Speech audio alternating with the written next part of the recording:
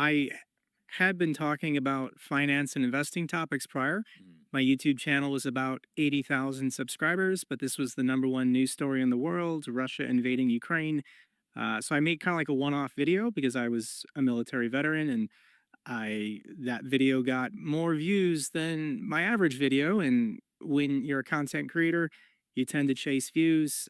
So I didn't think the war would last very long. So I was kind of like alternating between my finance investing content and then just talking about my reactions to the war. Mm. But my channel doubled in size within 2 months. And I realized, like this, I have a larger audience for this than what I had been doing the previous 2 years on YouTube. Yeah. So I told my original audience, when the war is over, I'll come back to you, but I need to focus on this. And that's kind of how it was with a lot of the pro Ukraine YouTubers. They were doing something else, they were talking about something else, and then the war started and they just transitioned, and we've all been committed to this for now almost 4 years. Wow. So like all of these other pro Ukraine YouTubers, I know them all, I've talked to them all, I Mm. work with them. And yeah, nobody's stopping. Nobody's stopping until Russia is defeated.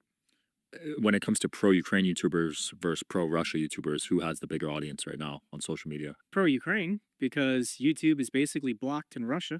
Oh, is it? Uh,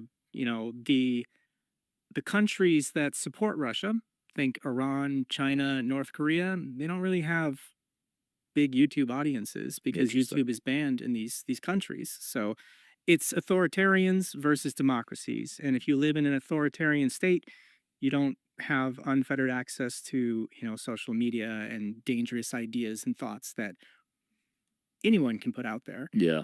So the pro-Russian community on social media is very small. They're very loud. They're very active. Mm. But when you actually do polling of Europeans or polling of Americans, what percent of you, are, sympathetic to Russia's talking points or propaganda? It's like 10%. Wow. Very low. 70% of Trump supporters, 70% of MAGA supports increasing sanctions and increasing weapons deliveries or even financial or military assistance to Ukraine to make Russia stop this war. Mm. Very fascinating. Have you spoken to anyone from the pro Russian community, like on social media or like in an interview or? Well, I've had interactions with them because they seek me out. They try to goat me or engage with me because they're just looking for traffic for themselves. Mm. I don't even want to say any names, Okay. but yes, they do talk about me. They do message me. They do tweet at me, and I never reply or respond to them because they're just looking for attention. Yeah. They're paid for Russian propagandists. Most of these people directly are receiving payments from the Kremlin to say what they say and do what they do. They're not good faith actors or genuine people. For me to like do a debate with them, Wouldn't make I'm sense. willing to have a conversation with anyone if I think they're open to taking in new information or accepting reality as fact. But they don't. Yeah. They live in an alternate reality, completely made up. Doesn't make any sense. You're not gonna understand anything they say if you actually put scrutiny or do any research for yourself. Yeah. One of my previous guests actually moved there and has a podcast there now. Isn't that crazy? Can they, on their podcast in Russia, express sympathetic views towards Ukraine or critical views of Vladimir Putin? No. Because there I is no doubt it. free speech in Russia. Yeah, I doubt it. I haven't talked to him about it, but I know he's getting paid in some way to do what he's doing. Sure. But I don't think I'd ever No, know. the Kremlin, if you want to promote Kremlin propaganda, just reach out to RT News. They will pay you. You will get your check. That's crazy. It doesn't matter how many views you get, how many followers. The Kremlin has so much money. They're willing to just toss it around, and that's the only way they can survive in a market, free market of ideas. Yeah. When you actually do research or think about things, none of it stands up to scrutiny. It's all an underlying kind of narrative or fantasy or objective. Like the people who support Russia, when I do like hear from them, Mm.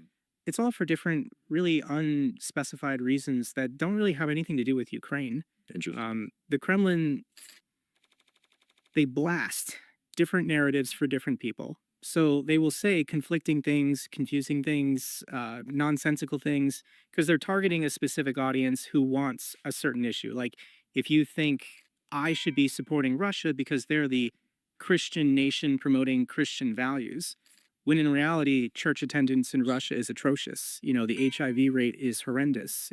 Prostitution, abusing children, like the metrics inside Russia are horrendous. And I don't see anything about Russia saying it's a Christian state aside from that's what Putin says. And that's the propaganda they put out. When really, Patriarch Kirill and the Eastern Orthodox Church, it's just a wing of the Kremlin. Mm. The state controls the church in Russia. So they want people going to church to get their weekly dose of Kremlin propaganda. Wow. So they're just using the church system to disseminate messaging. I can't remember the name of this documentary I watched, but it talked about what's happening in the occupied territories because the Russian military, when they swept in, this is Kherson, Zaporizhia, Luhansk, Donetsk, Mm. they just started destroying Protestant churches and Catholic churches. The only church you're allowed to join or be a part of is the Eastern Orthodox Church of Russia because they control all the priests, they control the Sunday sermons, they control the messaging, and it's not very Christian. Mm. They are pro-war, pro-death, pro-die for Putin, and I don't know why there's isn't more outrage at what has been happening. You know, hundreds, if not more than 1,000 churches have been destroyed by the Russian military in this 4-year war. Holy crap. And those are all within Russia? No, All these the- are the occupied territories. Ah. So Russia controls them. Yes. Got it. Oh my gosh. Yeah, it is interesting. All I see on my feed is the Israel war right now. I used to see the Ukraine war a lot more, I feel like. Yeah. But I feel like the Israel war has taken over on my Twitter at least. I I think that war, you know, it's more polarizing because I think it is more infused with religion. Like there is not a religious divide between Russia and Ukraine. They're both dominant, you know, majority Christian nations. But So like doesn't draw the same aspect. A lot of people refuse to even see Ukrainians as being different than Russians. They're saying, well, Ukrainians are just like a slight variation. So this is more like a internal civil war amongst Slavic brothers or whatever. But that's all nonsense. Mm. Ukraine has an older ethnic identity than Russia. So when Moscow was a swamp 1,000 years ago, the Kievan Rus was the capital of its own state, its own empire, basically. So the Cossacks, the language, everything is distinct and unique.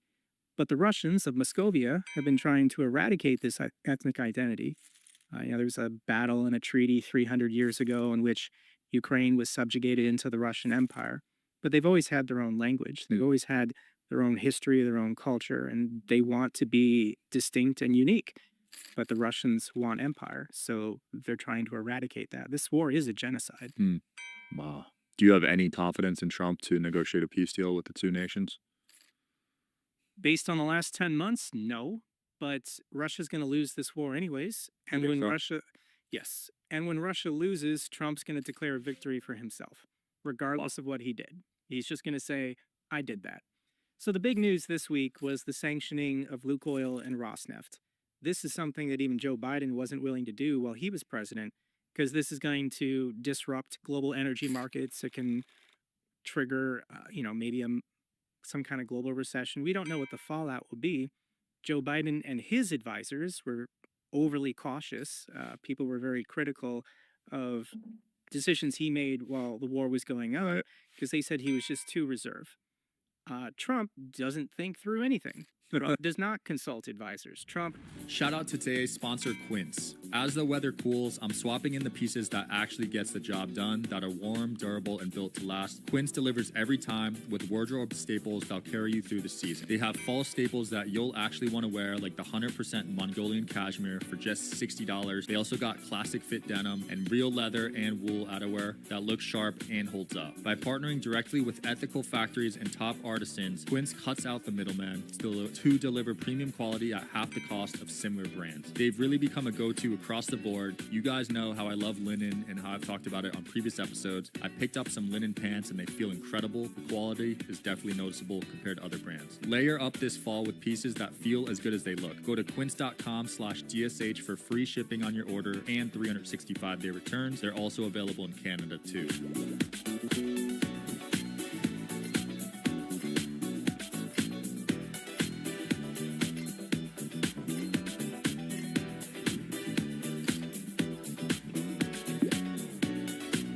does stuff from his gut. So 10 months, of asking politely, Russia, will you please stop killing people? Putin says, no, we're going to keep killing people and we're going to kill more people. More wars are coming if Russia is not stopped today. Wow. And I think to give Trump credit, yes, he is genuinely trying to get a ceasefire. Now, the criticism is Trump doesn't care how the war ends. And I think Trump was confused and upset because Russia was supposed to win this war by now. MAGA was told just cut off all military supports, all financial supports, shut down Radio Free Europe, Voice of America, kill USAID, which had programs benefiting Ukraine, completely abandon Ukraine. This is going back in January. Hmm. And Russia's military will overtake the front lines in 3 to 6 months. They'll take everything they want to take, or maybe Odessa, Kharkiv, Kyiv, whatever. And the front lines have barely moved in Yeah. 10 months. That was the mainstream narrative for sure. I was a believer in that narrative. Over the last 1,000 days, Russia has only taken an additional 1% of Ukraine's territory. Wow. Can you think about all the Russian soldiers' lives lost, all of the equipment lost, all of the money spent?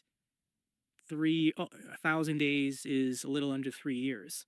And they've only taken an additional 1% of Ukraine's territory. It's unreal. When you zoom in, Russia pounds their chest and declares victory every time they capture a mailbox or some kind of, farm village, but that's not going to win them a war.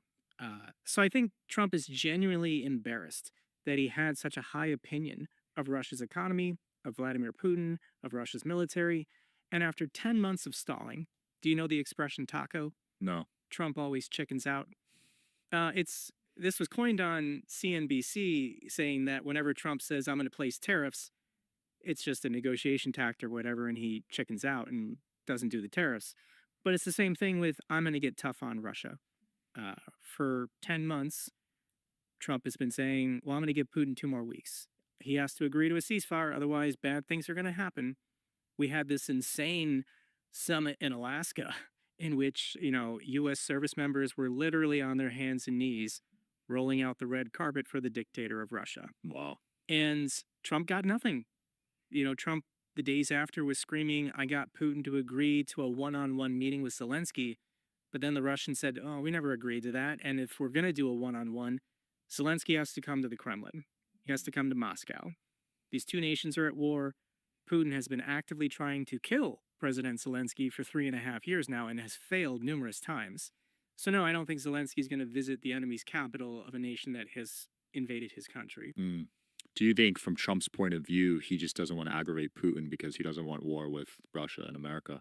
Do you think that's where he's coming from, or where do you think his perspective in all I don't this think is? Trump's motivation is negative consequences such as nuclear war. I don't think he considers or fears that at all. He sees a lost opportunity to make money. He wants to do business deals with the Russians. Every time he gets off the phone with Putin or tweets out about Russia, he always tosses in these lines of, we're close to an aluminum deal. We're exploring Arctic trading routes together. We're going to have joint exhibition hockey games. Like, he keeps announcing all this stupid stuff because he wants to be partners with the Russians. And Trump's ties to Russia are really bizarre. Like, they go back to the 90s when he opened all these casinos in Atlantic City, the Taj Mahal or whatever. And his casinos were filled with Russians. Really? Trump properties have always had high occupancy rates disproportionately with Russians. That is weird. There's that famous quote from Eric Trump. This was back in 2016 or 15 when Trump was running for president. And Trump's kids were saying, we get all the financing we want and need from the Russians. So the financial ties, the business ties, the cultural ties have been there for 20, 30 years. Trump famously went to Moscow, I think, in 1987, back when the Soviet Union was still in existence. Trump saw the Winter Palace in St. Petersburg, and he's been obsessed with it since. When you look at the designs for the Trump ballroom, this 300 million ballroom he's building, Yeah. he's just ripping off the Winter Palace in St. Petersburg. Wow. He loves the gold and the ostentatious decorum. And what this relationship is really about is admiration. The fact that Vladimir Putin has stayed in power for 26 years, has killed, jailed, and exiled all of his rivals, killed, jailed, and exiled any journalist that would question or challenge him, and has basically stolen the vast majority of the wealth of Russia for himself. Hmm. Putin easily is the richest man on earth, the richest man in the history of the world. Richer than Elon? Yes. Well, that's what Elon says. Wow. Elon Musk said this in an interview. Elon's worth 400 billion. Somebody said, "You're the richest man in the world," and Elon corrected him. He's like, "No, Vladimir Putin is the richest man in the world." That's crazy. I didn't know that. There are very few people in the history of the world that have transcended money. The famous Montezuma, of the West African kingdom. Putin is one of them. So he's not motivated by money, which is, I think, something that is very confusing to Trump. For Trump, everything is a business deal. How can I gain more power and wealth for myself and for my kids? That's every decision that drives Trump. So he keeps engaging with Putin and talking to Putin. Let's do business deals. Let's engage in graft and corruption. And I've got control of America. You've got control of Russia. We are the largest food producers in the world, energy producers in the world. We've got vast natural resources. Let's work together to make more money. And Putin just looks at him and laughs. I've already got all the money I could ever want or need. The treasury of Russia is my personal bank account. Wow. So when you transcend money, you start thinking about legacy. You start thinking about empire. And that's what Putin wants. He wants to be the man known for undoing the collapse of the Soviet Union. So all the territories, I think there's 14 former Soviet republics. He controls 20% of Georgia. He controls 20% of Moldova. He now controls 20% of Ukraine. He controls 100% of Belarus. Lukashenko is his puppet dictator for that country. And he wants it all. And this is what he's been telling the West basically since this speech in Munich in 2008. This is our sphere of influence. And either we will indirectly control them by controlling their politicians and business leaders, or we will use our military to directly control them. This is our right. This is great power status as being one of the victors of World War II and having 6,000 nuclear warheads. Putin said the collapse of the Soviet Union was the greatest geopolitical tragedy of the 20th century. Now, I disagree. I think the 140 million people living in these other 14 former Soviet republics, they're better off today than they would have been if they had stayed part of the Soviet system under the communists and the Bolsheviks. So you can look at the standard of living of people in Latvia, Lithuania, Estonia. You can look at the former Warsaw Pact members, such as Poland, the miracle that is the Polish economy over the last 30 years.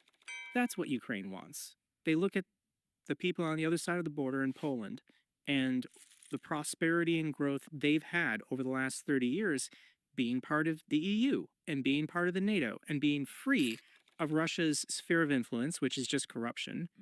And that's what they're fighting for. They're fighting for true, lasting independence to be able to make their own decisions. And the Russians are saying, no, you are always going to get pulled back into our empire. This is the cycle that's been repeating for 500 years. The Russians expand, they conquer their neighbors, they have some kind of catastrophe, they collapse, they then start reassembling themselves. People say, Russia's not going to collapse, Russia can't collapse. And I said, based on historical precedents, Russia is the most likely country in this world to collapse. They've done it twice in the last 110 years. So we're getting very close. We can talk about what's been going on this year, but this is a dangerous future we're heading for. And I can explain to you why the policy by NATO and especially under Joe Biden was containment.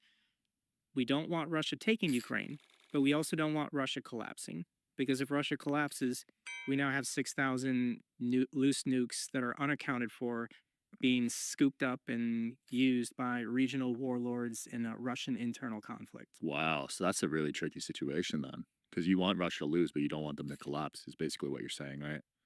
My argument on my YouTube channel the last 4 years is Putin is not giving us a choice. Putin could stop this war today and declare victory. Everything he's taken, that's all he'll take. That's all he'll get. It's, I don't think, worth the cost in Russian soldiers and treasury for the last 4 years, but he can still do it and hold on to power. But Putin is now taking this personal, because it's his legacy. Right. It's his name. Are the Russian people going to be singing songs to Putin at the local Putin statue in their town square 100 years from now? That is what this guy is thinking about. This podcast interview he did with Tucker. Tucker, he's just rambling about stuff that That happened interview was, yeah. 800 years ago, 1,000 years ago. He's obsessed with his narratives and his versions of history because he views himself as a great man, like Genghis Khan or Joseph Stalin, and he is committed to killing as many people as possible, losing as many soldiers as possible to achieve these objectives. And he probably is getting bad information. People just keep telling him what he wants to hear. Famously, he doesn't have a smartphone, he doesn't use the internet, he doesn't fact check or do anything on his own. So he's only hearing what he wants to hear Right. because when someone tells him something bad, that person usually is poisoned or falls out a window. If your safety was insured, maybe you could do it remote or something. Would you ever want to interview Putin on your show? No, You don't it think would you achieve nothing. don't think so? What would it achieve? I could lecture him and yell at him for being, a genocidal dictator, but he lives in his own reality. He lives in his own artificial construct. He does not respond like a normal person anymore. Yeah, that Tucker interview was hard to follow for me. You know what I mean? It was incoherent. Like I watched it. I did a YouTube video reviewing it or, doing the highlights and did that interview change the world? Did that change anyone's No. perspective? Tucker, I like Tucker overall, but he seems to pick and choose when he kind of goes hard at certain guests. You know what I mean? Have you seen a lot of his stuff? I mean, Tucker Carlson's one of the most viewed people on television for the last 15 years. So, yes, I think Tucker Carlson has kind of. So, Tucker Carlson, if we're going to talk about him, he's been fired from MSNBC, CNN, Fox News, and PBS. So, he is done with legacy media because he keeps lying. He just lies about everything. He makes up what he knows his audience wants to hear. So, you can chase views and you can alter cast or reality cast. I don't know what the term is. And Tucker now lives in this netherworld of conspiracies and alternate realities. And that served him well when Joe Biden and the deep state was in charge of America. But now that Trump is in charge, a guy that he supported in 2016, supported in 2020, and supported in 2024, a lot of these grifters don't have anything to say because Trump is in charge of the FBI, the Justice Department, the CIA. And you can't really promote conspiracies when the guy you put in power is responsible for everything. We could talk about Yeah. domestic politics, but Yes, I agree with that. Most of that. He did expose the 9/11 stuff. I don't know if you saw that. define series. 9/11 stuff. 9/11 conspiracies. I guess he made a 3-part series. I didn't watch it yet, but I did see that on his channel. Well, the most famous film, Avery Dillon, I think it was Loose Change 9/11. This came out in 2006. I don't know how old you were in 2000. I was 9. The 9/11 conspiracy theories, I don't believe them all, but I definitely believe the official story given by Congress is complete BS. Yeah, we can agree on that. World Trade Center 7 building collapsed at free fall speed in downtown Manhattan, and there's never been a single mention of it. Yeah, you were in the Air Force too, so you could speak from your experience flying planes and all that. Well, I was a missileer, so I was a cave pilot. I was underground, and I joined in 2016, so that was 15 years after 9/11. So I have no relation, connection, or anything like that. Okay. But World Trade Center 7 makes no sense. I don't want this podcast to become about that. No, it won't. But I definitely think we don't know everything that happened or why it happened. And if Tucker wants to talk about that, great.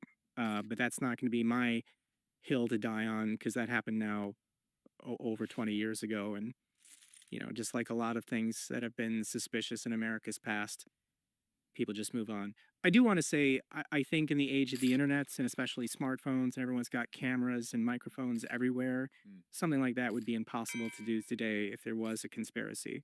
So I am glad that there is more technology and people being vigilant because I do think, nefarious things have happened in world history where governments have had to manufacture consent to go to war. And unless something bad happened, then people wouldn't have supported the war. So Yeah. And someone that served in the military, that must be really frustrating to find stuff like that out where certain wars were manufactured, right? I have no connection or relation to the wars in Iraq or Afghanistan. I never deployed, so I can't give you like my own personal heartfelt story about being, betrayed. I have nothing critical to say about my time, my personal experience. Now, everyone who joins the military, enlisted or officer, Navy, Army, Marines, whatever, everyone has a unique and different experience. And some of them are great. I had a very good one, Mm. but some people do have negative or bad experiences with their job or their duty station or a deployment. So I don't want to generalize or speak to anyone. But yeah, everyone's experience in the military is unique. And I respect and I appreciate everyone who talks about their experiences, positive or negative. Mm. I think they're both necessary because this is a very large and diverse country. America's military is the best and the strongest in the world still to this day.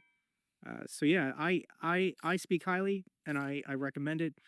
Other veterans don't, and I don't take away from them because I know they had a unique experience and I can't speak for them. Well said, well said. So I was scrolling through your YouTube, a couple of the videos I wanted to get a deep dive on. Russian stock market potentially crashing. Is that actually a possibility in your opinion? Well, so this is timely news. Russia's stock market today, I think, is lower than it was 5 years ago. So that's pretty bad economic growth. And it's the war spending has been a huge stimulus. So prior to the full scale invasion in February of 2022, Putin had saved up $600 billion. And I think that could have been a red flag that something big was coming. But Putin made sure that Russia had no debt. It had $600 billion saved up to fight this war. Actually, it wasn't even to fight this war. This was supposed to be a 3-day special military operation.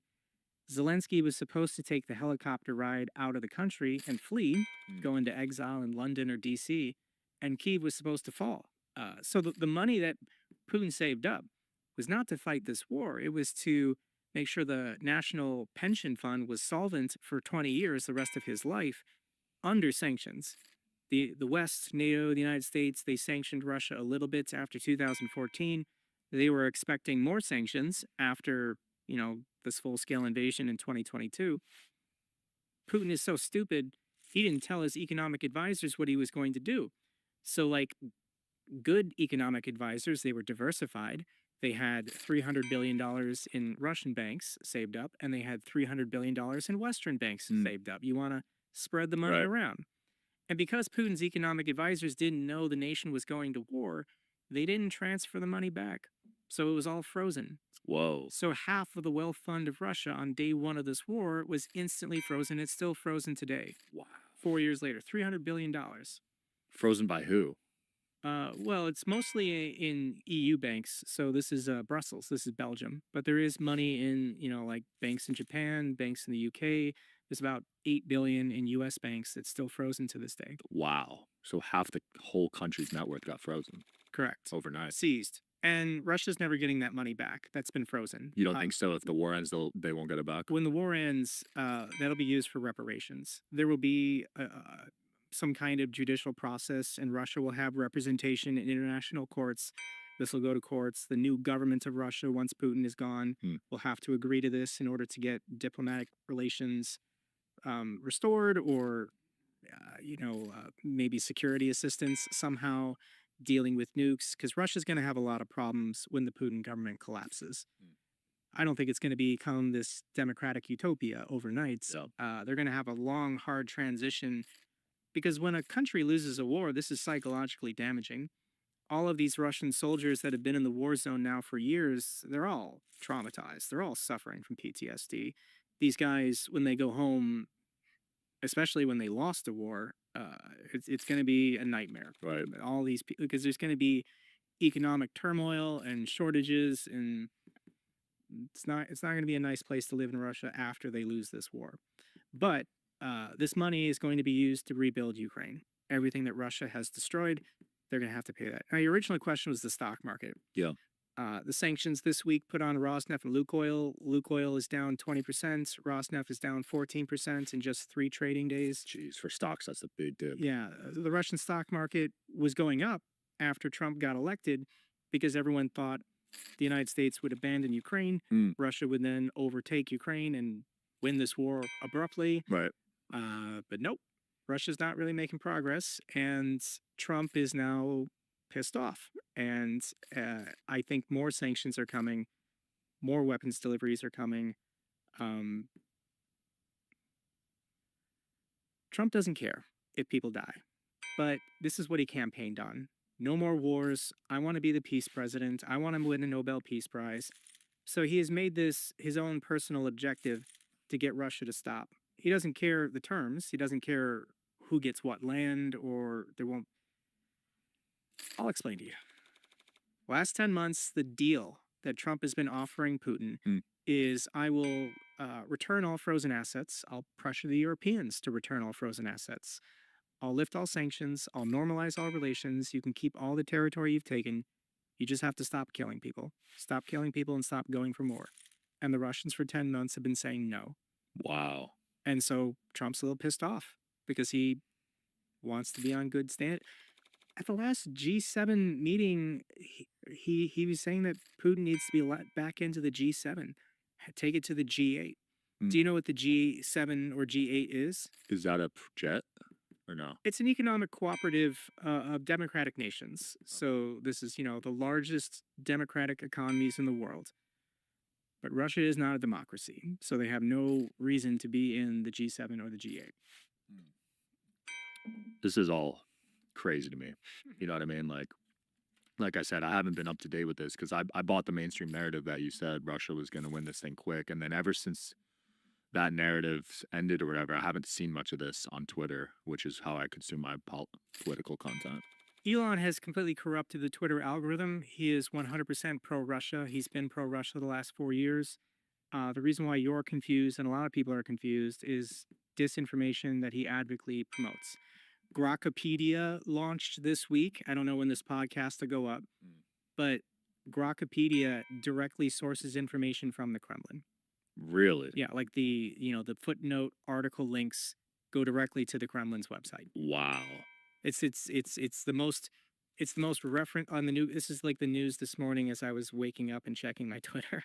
But yeah, Elon's Grokpedia uses the Kremlin as their primary source for anything having to do with Russia, Putin, or Ukraine. That is interesting. What would his angle be for being pro-Russia? Is it a business angle? He wants Teslas over there? Yeah.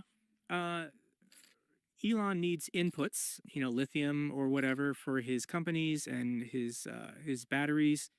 Elon also wants to do business with the Russians because he's privatized space travel.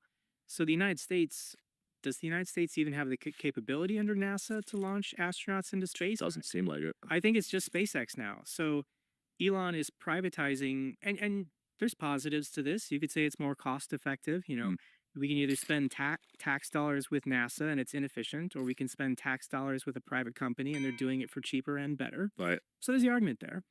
So what other country has a space program that Elon would love to get in business with? The Russians. So there's that. But I also think, and Elon has been very candid about this in interviews, Elon does not support democracy. He does not like the democratic process because it is inefficient for business. If you want to do business, for example, in Belarus, all you need is the dictator's permission and approval, and they can make anything happen.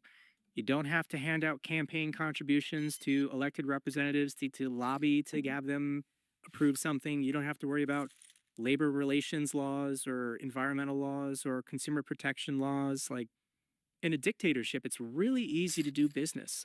All you have to do is show respect and give money to the dictator, and they can make anything happen for you. Right. So there are these oligarchs, I call them American oligarchs, billionaires, Peter Thiel and the people basically in charge of America right now. Yeah. Yes, they are pro-autocracy because it is easier and more efficient for them to do business.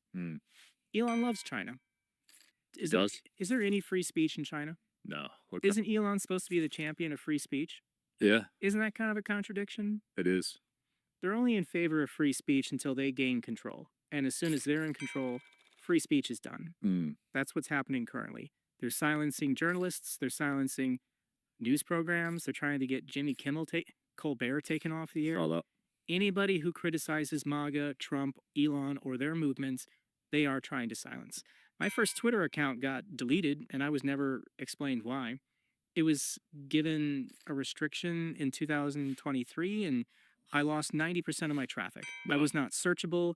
I was not, I didn't show up in anybody's For You feed.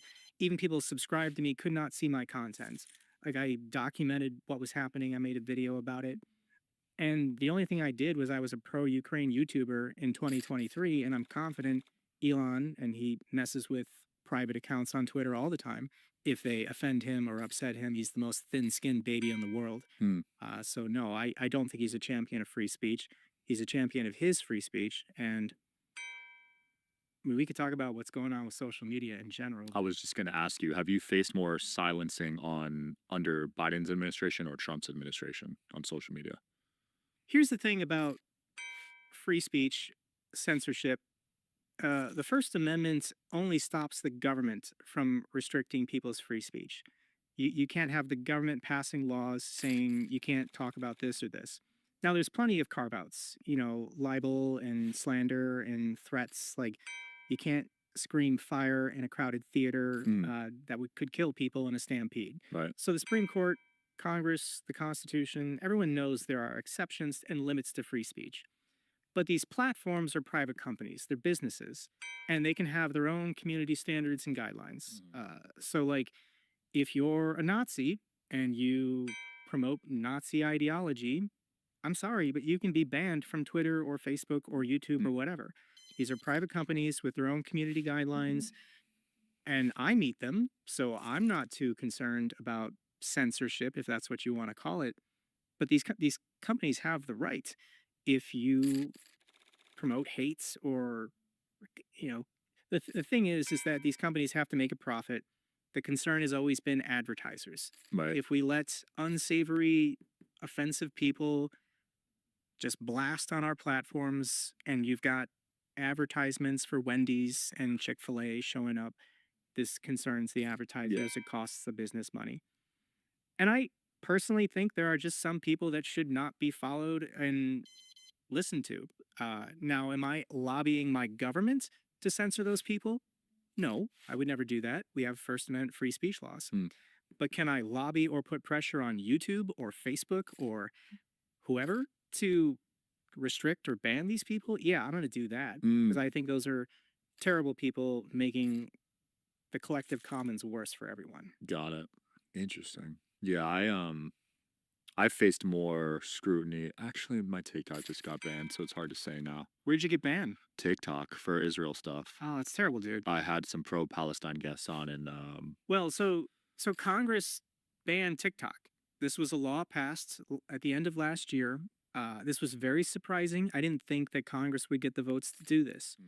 But then Trump came into office and he said, we're going to extend it. He then extended it again, like another 6 months, even though he doesn't have the congressional authority to do this. So he's breaking the law, extending when TikTok was supposed to be banned.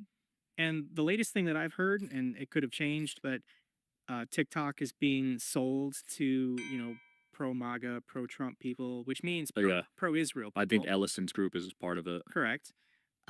They didn't resolve the issue with everyone's user data still going back to data centers in communist China. They don't seem to care about people's privacy if pro-Trump, pro-MAGA people are making money off TikTok now. So the Chinese are playing ball because they want to keep their giant spy apparatus going in the United States. Right. I don't really use TikTok. I don't think it should be banned. But at the same time, like, that's what Congress voted for. And Trump is defying the law. He's defying Congress because his investors and friends are now making money off TikTok. Yeah. And yes, they're not trying to make it free and fair. The TikTok algorithm is very skewed. It's changed. Well, it was pro-Palestine Yep. to make Joe Biden look bad prior to the election. And now that Trump has taken over, it's now pro-Israel Yep. because that's That's the political wins, and China wants to play the game. They want to remain relevant in the U.S. market to influence people's opinions. So I'm sure people in the Trump government said, start banning anything having to do with pro-Palestine or whatever. Yeah, I had a good sized following too. That one hurt the I business. I'm dumbfounded that anyone would be okay with Trump and the State Department denying visas or expelling students who are critical of the Israeli government. How can you claim you're champions of free speech and then be denying visas or kicking people out of the country just because they're critical of the Israeli government? Yeah, That's un-American that to doesn't me. make sense to me at all. Yeah. You mentioned China and the TikTok. Do you see China as a big threat too to America? China, yes and no.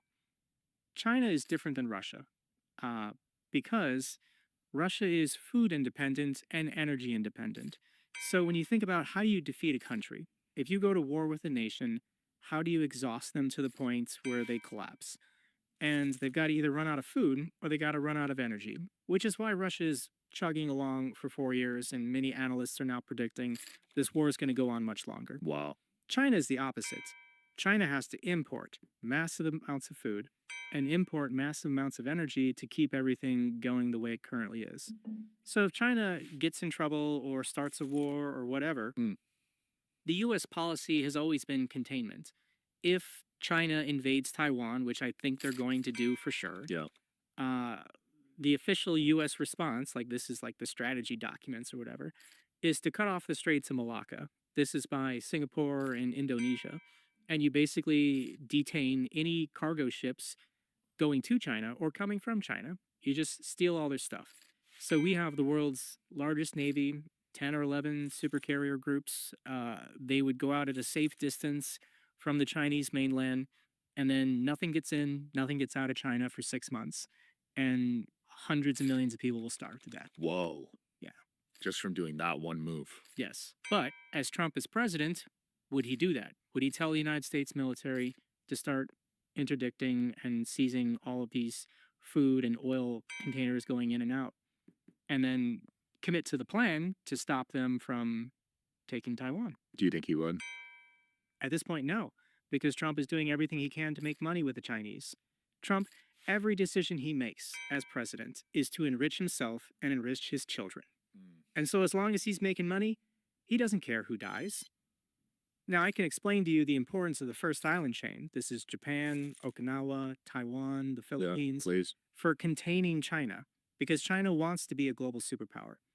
And the United States, after World War II, emerging as the global superpower, we were pretty benevolent. We did not use our military. Okay, I understand the criticism here that I'm going to get, but the police action